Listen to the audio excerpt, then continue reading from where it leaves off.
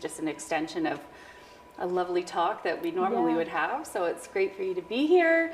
So you are a clinical counselor in Kelowna. Yes. What led you to pursue a career in counseling? Oh, that's such a good question. So before I was in counseling, I was in counseling. And I think any therapist who has been on the other side of the seat, who gets it, that lived experience, that empathy of knowing what it's like to feel stuck or overwhelmed, alone, and then have someone come with you in that is amazing. So I felt that. I had a felt sense experience of that, of someone coming alongside of me. And I knew that that's what I wanted to do. So my background is in athletics, professional athletics, hockey in particular. So I played hockey, I coached hockey professionally, and so you see a lot of things in sport. It's kind of a microcosm of life, of stress, of the ups, of the downs. And I mean, sports psychology was kind of a thing, even not really in that sense. I was a goaltender, so that was more accepted. But I just went through a lot of highs and lows and injuries, and I was American. So I thought I was gonna come to Vancouver in 2010 to win an Olympic gold medal. But I'm American, so that did not happen. And I blew up my wrist actually in Lake Placid at our Olympic Training Center for Team USA.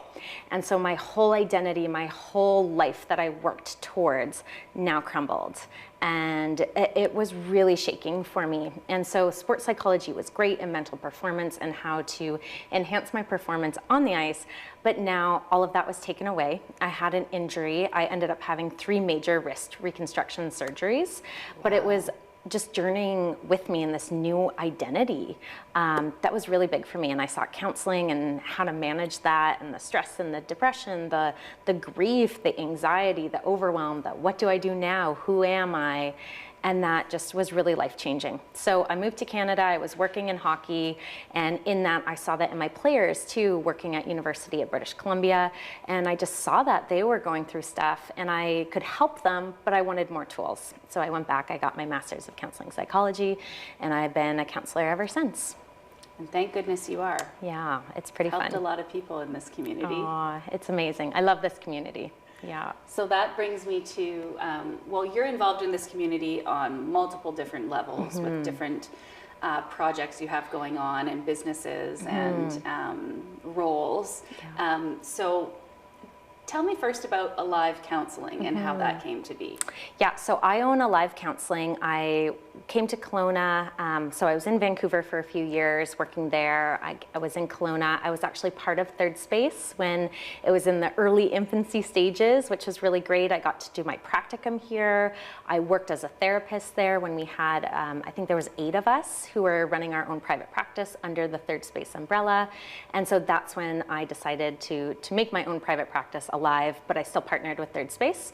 And then the pandemic hit, and so we kind of shifted to the Third Space charity model that it is now with the students and that 18 to 29 and the clinical supervision. So that's part of what I do now, but Alive was really born through that early stages of post-practicum, going into private practice, but I was still with a team that I really liked with Third Space and kind of really just started that way in the community. I did a lot of community speaking events, a lot of events in that of just building, and then still involved with Third Space as the clinical supervisor role. So I do work with now with therapists that are coming out who maybe join Alive or other practices. It's just an awesome managing and mentoring kind of role and experience there. So we have 2 locations in Kelowna. And so there's Alive Counseling, and then you are also a clinical supervisor with Third Space Charity. So tell me a bit about that. Yeah, so that is so fun because basically that's a fun part of our job as counselors is, I mean, we love working with people, with couples, with families, with groups, but getting to teach the up and coming therapists really what it's like in the field is such a joy, and it's amazing to walk alongside of these people because you see the ripple effect. You get to ask them really great questions of getting in their head, of understanding how they think they're gonna help somebody and just stepping into that, owning that, creating their style. And it's just amazing of just even wondering why counseling, why now for people. And it's so cool to see, I mean, all the interviews that we do of candidates coming, it has grown tremendously of just even, you know, the last few few years. And it's incredible of how many people we get to help because of that. So I kind of equate it similar to like Grey's Anatomy, is that we get to be like the teaching physicians, but it's not that cool. It's not as much drama either, but it's not steamy. Like yes. So good. Yeah. So we actually have. I was counting this up the other day. Since 2019, we have 42 alumni. Wow. Yeah. And I think over 70% of them are still in the Okanagan. Wow. Running their own practices or working in agencies. Isn't that's the ripple effect? Right. Yes. Mm-hmm. Oh, that's amazing. Wow. And so then when our interns graduate, you actually employ some of them after they graduate? Oh, yeah. Or tell us how that works. Yes, so I get to just form these relationships almost a whole year long of their practicum. Of 8 months of their practicum, I get to supervise them for either parts of that, or throughout that time I just get to know them. And so counseling's all about rapport and relationship. And so when you get to really connect with someone or want to learn from someone, you want to spend time with them and kind of learn in that sense. And so again, from my background of athletics and coaching, just creating a team atmosphere, because this is heavy work, like just taking it home. And even if, you have a supportive family or friends, you can't talk about it in the same way. They don't understand it. There's confidentiality, all of these things, but you need people who kind of get it too. And I think that's why Alive is so great, because we have that team atmosphere. And so, someone will see one of the family members, and then one of our other counselors will see a child in that family. And we get to just really holistically care for people. So that's amazing. Oh, so cool. Mm-hmm. So we're heading into the fall. Yeah. Change of seasons. Mm-hmm. Sometimes this can impact people's mental health. Yeah. Yeah. So what advice would you give to those in our community about how to be mentally well coming into the darker months? Oh, that's such a good question. And I think a lot of people, the change, like anytime there's change, stress, anxiety, those are actually pretty normal responses. So it's okay if you're experiencing that. Knowing that change will happen. It's a good thing, thinking of what it could bring, what kind of freedom it could bring, what kind of new rhythm, what could you gain from it, instead of, oh no, how am I going to do this, or what it's taking away or limiting you from. So I think kind of holding on to your mindset and shifting that if you can.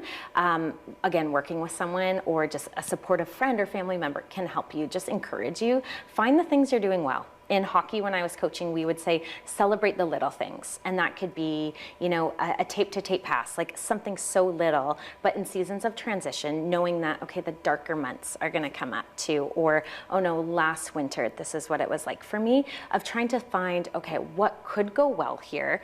Bite-sized pieces are gonna be really helpful. Celebrating those little things of, okay, I went the whole, I found a new route to school today, or I'm applying to a new job here and I did it. I showed up to the interview, and positive rewards. Get yourself a coffee after or something. Find something that you do well every day and really acknowledge that. Whatever you look for, you're going to find. So if you're looking for things, oh no, I'm worried that this may happen, or I'm worried that this negative thing from last year is going to happen again. Or you could look for, hey, I showed up this way. Hey, I tried something new today. Hey, I learned this. I made a new friend today. I was kind today. I gave myself some compassion today.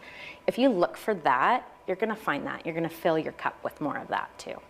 What you look for is what you'll find. Mm-hmm. If you look for the bad, you're going to find lots of that. But if you look for the good, you are going to find that. We can train our mind to really look for it too. Oh, I love that. Mm-hmm. That's so good. So I know the answer to this question, but I want to hear it from you. Mm-hmm. Why does the world need people like you? Oh, I mean, who doesn't have stuff as people? Like, we all have stuff, and we all deserve to walk with someone who really cares for us non-judgmentally and just to encourage us along the way. You would not wait until every single bone in your body was broken to show up at the doctor or at the hospital. You do not have to wait until everything in your life is crumbling to show up to counseling. Prevention's often the best treatment plan. I think so. But at the bottom part is like, we all are human, we all have stuff, and we're created for connection. So finding that right fit with your counselor is the most important part of it all. Yes, you can go to counseling and maybe it isn't the right fit. Right. That doesn't mean that all counseling is not the right fit. Right. It's just that particular personality. Yeah. It's like friendships Yeah. or any other relationship, Yeah. really. Definitely. Yeah, that's a good thing to reiterate. We see people come and say, you know, I've been to counseling before, and this is what I liked, and this is maybe what I didn't like, or what I didn't get out of it based on this approach, or now it's just a new time to explore some other things now. And that's completely okay too. Yeah. So at the charity, we put a huge emphasis on caring for the carers and really fostering and facilitating the ability for us to take care of ourselves so we can go out there and do this work from a full cup. I'd love to hear, what are your typical self-care pieces that help you stay healthy? Right, because empty cups cannot pour, that is for sure. So for me, and it's different for everybody, and I think different seasons of life look different. So I have 4 little kids. So for me, in my real life, what it looks like is I am a morning person. I like to wake up alone before people. So that means I have to go to sleep early too. So I can wake up early and I have my coffee and I read and I have my time, and it's just beautiful. I'll journal. I have a devotional that I'll read or things like that. It just helps me center. And if I do that, I just see that ripple effect. Like, I'm more present in my relationships. I'm a better mom. I'm a better wife. I'm a better counselor. I'm a better friend. And that just sets the tone for the day. So for me, that's huge. Exercise, again, being a former hockey player, exercise is big for me, and people. Like, I just think getting around safe, supportive people where you can just be you and you're accepted, you're seen, you're loved for who you are is so important. So I would say those are like my go-to. So if people want to come see you at your clinic or they want to apply to be one of your interns, how do people reach you? Yeah, so alivecounseling.com is our website. Alive Counseling is our clinic here in Kelowna. And so you can go on there, you can give us a call, things like that. And so for interns or being a practicum student, Third Space Charity is where I supervise with, and it's a ton of fun, so highly recommend it.